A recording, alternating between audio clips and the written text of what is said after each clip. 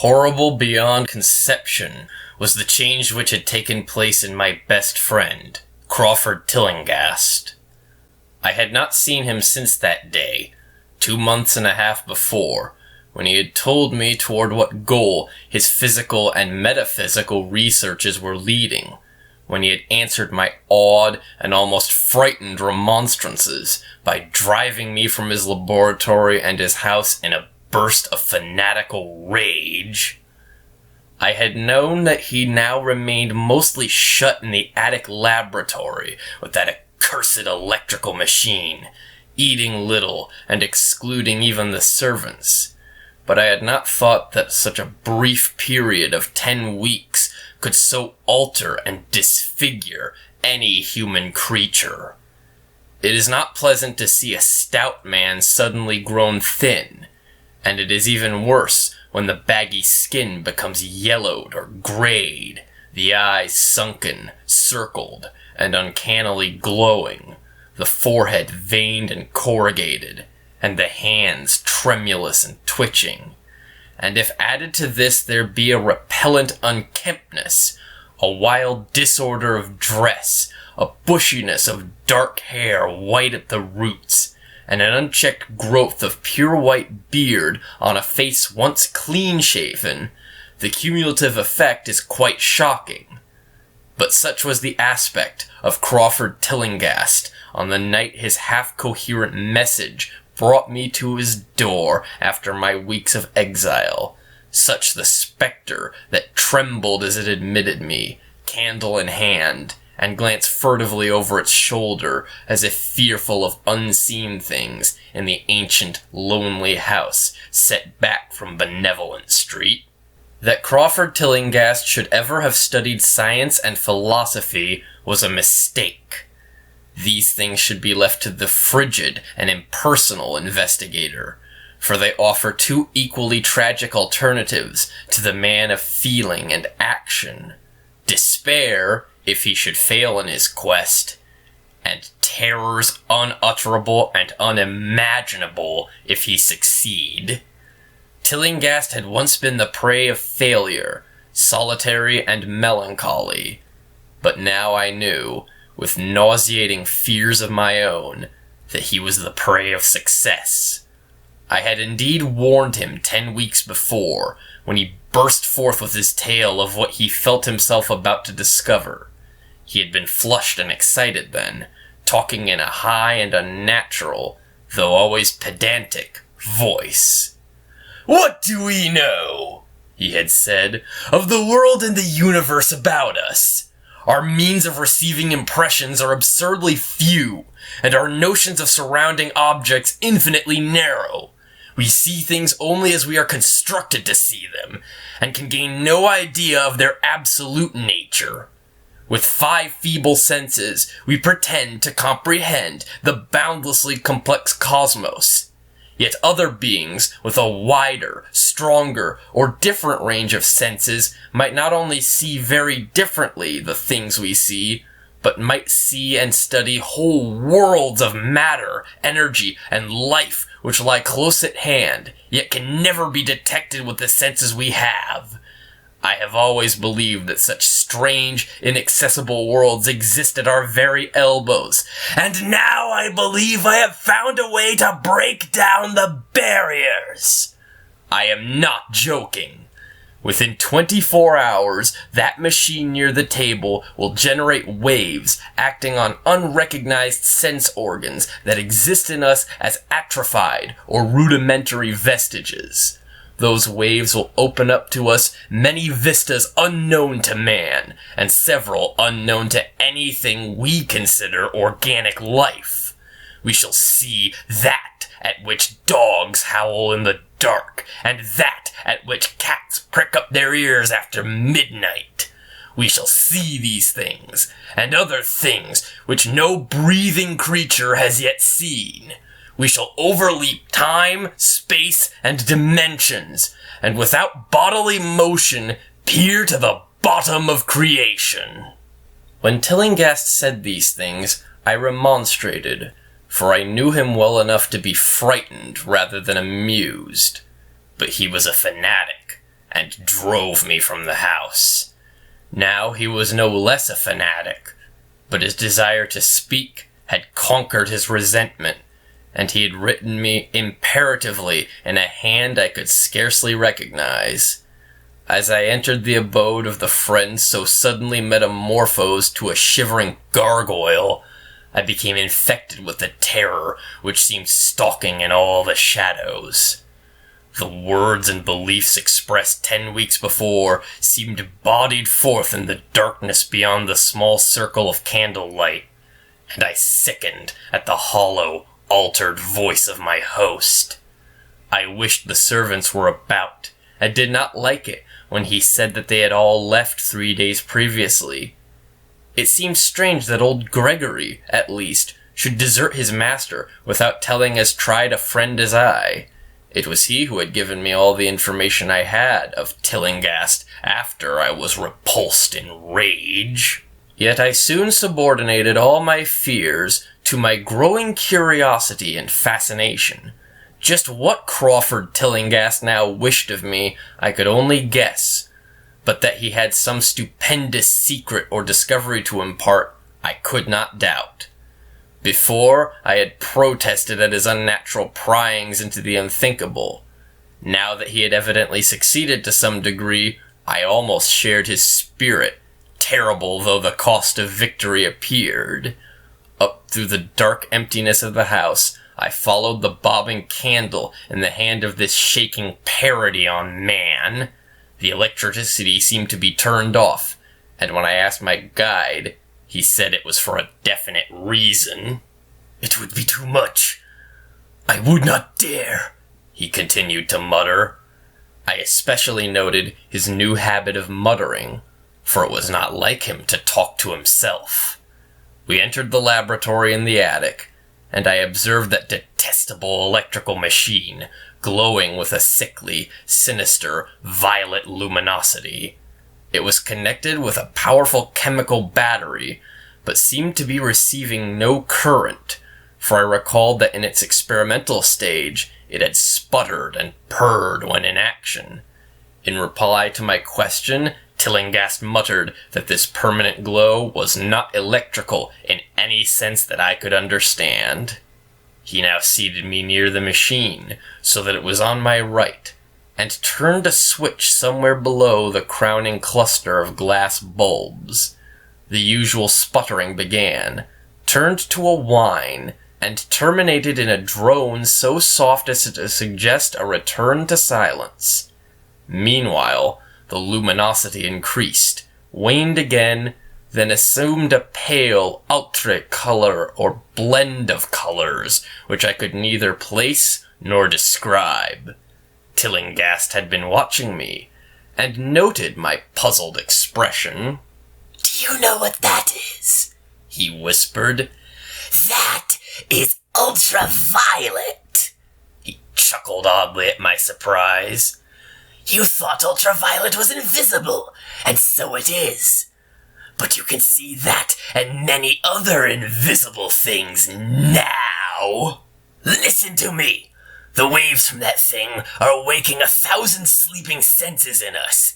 Senses which we inherit from aeons of evolution, from the state of detached electrons to the state of organic humanity. I have seen truth, and I intend to show it to you.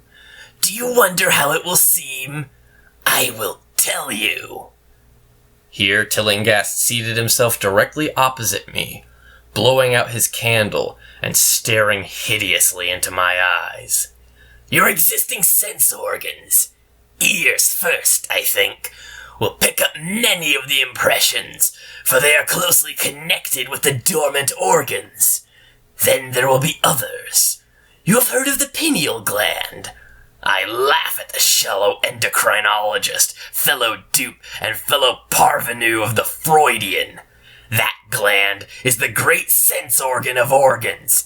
I have found out. It is like sight in the end, and transmits visual pictures to the brain. If you are normal, that is the way you ought to get most of it. I mean, get most of the evidence from beyond." I looked about the immense attic room with the sloping south wall, dimly lit by rays which the everyday eye cannot see. The far corners were all shadows, and the whole place took on a hazy unreality which obscured its nature and invited the imagination to symbolism and phantasm.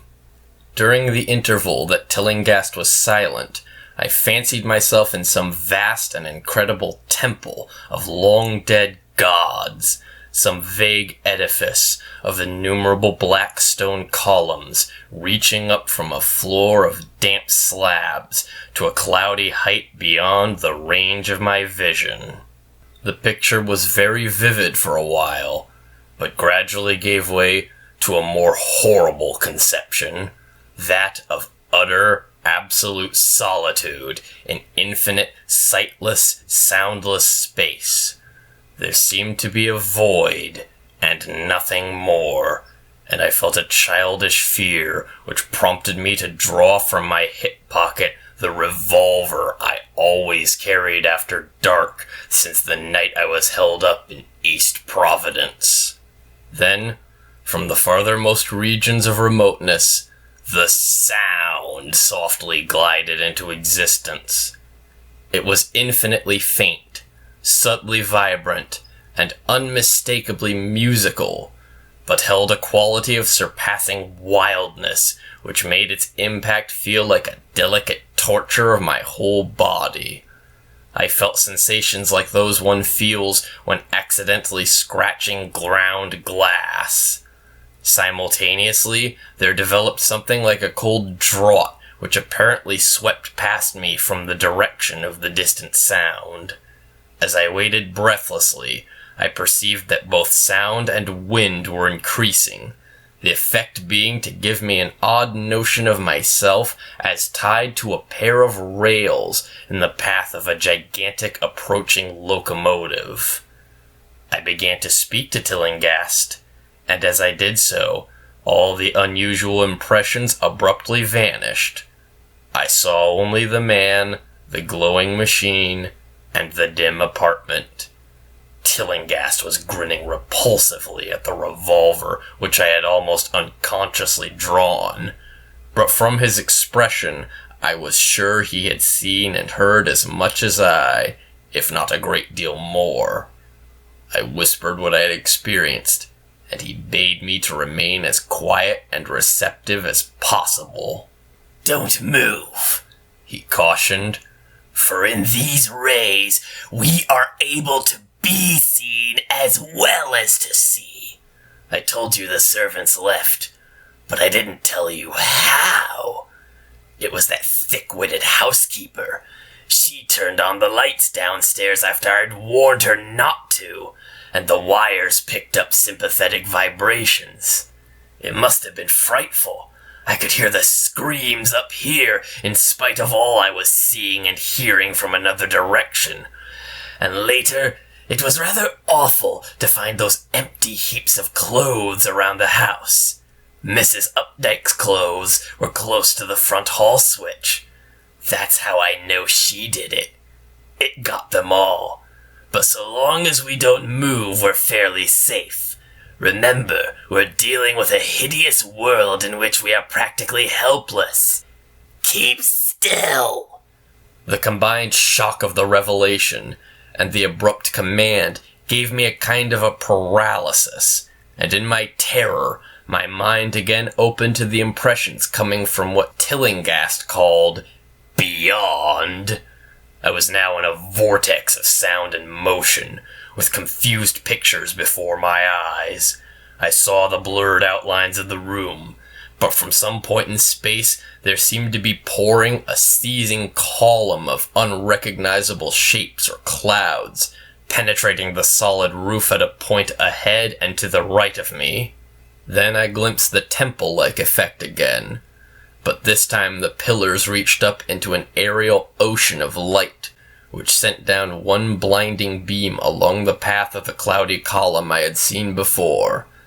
After that, the scene was almost wholly kaleidoscopic, and in the jumble of sights, sounds, and unidentified sense impressions, I felt that I was about to dissolve or in some way lose the solid form. One definite flash I shall always remember. I seemed for an instant to behold a patch of strange night sky filled with shining, revolving spheres, and as it receded, I saw that the glowing suns formed a constellation or galaxy of settled shape, this shape being the distorted face of Crawford Tillinghast. At another time, I felt the huge animate things brushing past me and occasionally walking or drifting through my supposedly solid body. And I saw Tillinghast look at them as though his better-trained senses could catch them visually. I recalled what he had said of the pineal gland, and wondered what he saw with his preternatural eye. Suddenly, I myself became possessed of a kind of augmented sight. Over and above the luminous and shadowy chaos arose a picture which, though vague, held the elements of consistency and permanence. It was indeed somewhat familiar, for the unusual part was superimposed upon the usual terrestrial scene, much as a cinema view may be thrown upon the painted curtain of a theater. I saw the attic laboratory, the electrical machine, and the unsightly form of Tillinghast opposite me. But of all the space unoccupied by familiar material objects, not one particle was vacant. Indescribable shapes, both alive and otherwise, were mixed in disgusting disarray, and close to every known thing were whole worlds of alien, unknown entities. It likewise seemed that all the known things entered into the composition of other unknown things, and vice versa. Foremost among the living objects were great inky jellyfish monstrosities, which flabbily quivered in harmony with the vibrations from the machine. They were present in loathsome profusion, and I saw to my horror that they overlapped, that they were semi-fluid and capable of passing through one another and through what we know as solids. These things were never still, but seemed ever floating about with some malignant purpose. Sometimes they appeared to devour one another, the attacker launching itself at its victim and instantaneously obliterating the latter from sight. Shudderingly, I felt that I knew what had obliterated the unfortunate servants. I could not exclude the things from my mind as I strove to observe other properties of the newly visible world that lies unseen around us. But Tillinghast had been watching me, and was speaking. You see them? You see them? You see the things that float and flop about you and through you every moment of your life? You see the creatures that form what men call the pure air and the blue sky? Have I not succeeded in breaking down the barrier? Have I not shown you worlds that no other living men have seen? I heard him scream through the horrible chaos, and looked at the wild face thrust so offensively close to mine. His eyes were pits of flame, and they glared at me with what I now saw was overwhelming hatred. The machine droned detestably. You think those floundering things wiped out the servants? Fool, they are harmless. But the servants are gone, aren't they? You tried to stop me. You discouraged me when I needed every drop of encouragement I could get. You were afraid of the cosmic truth, you damned coward. But now I've got you. What swept up the servants? What made them scream so loud? Don't know, eh? You'll know soon enough. Look at me. Listen to what I say. Do you suppose there really are any such things as time and magnitude? Do you fancy there are such things as form or matter? I tell you, I have struck depths that your little brain can't picture. I have seen beyond the bounds of infinity and drawn down demons from the stars. I have harnessed the shadows that stride from world to world to sow death and madness. Space belongs to me, do you hear? Things are hunting me now, things that devour and dissolve, but I know how to elude them. It is you they will get, as they got the servants. Stirring, dear sir? I told you it was dangerous to move. I have saved you so far by telling you to keep still, saved you to see more sights and to listen to me. If you had moved, they would have been at you long ago. Don't worry, they won't hurt you. They didn't hurt the servants. It was seeing that made the poor devil scream so. My pets are not pretty, for they come out of places where aesthetic standards are very different. Disintegration is quite painless, I assure you. But I want you to see them. I almost saw them, but I knew how to stop. You were not curious? I always knew you were no scientist. Trembling, eh? Trembling with anxiety to see the ultimate things I have discovered? Why don't you move, then? Tired?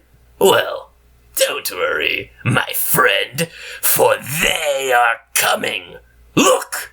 Look, curse you! Look! It's just over your left shoulder! What remains to be told is very brief, and may be familiar to you from the newspaper accounts.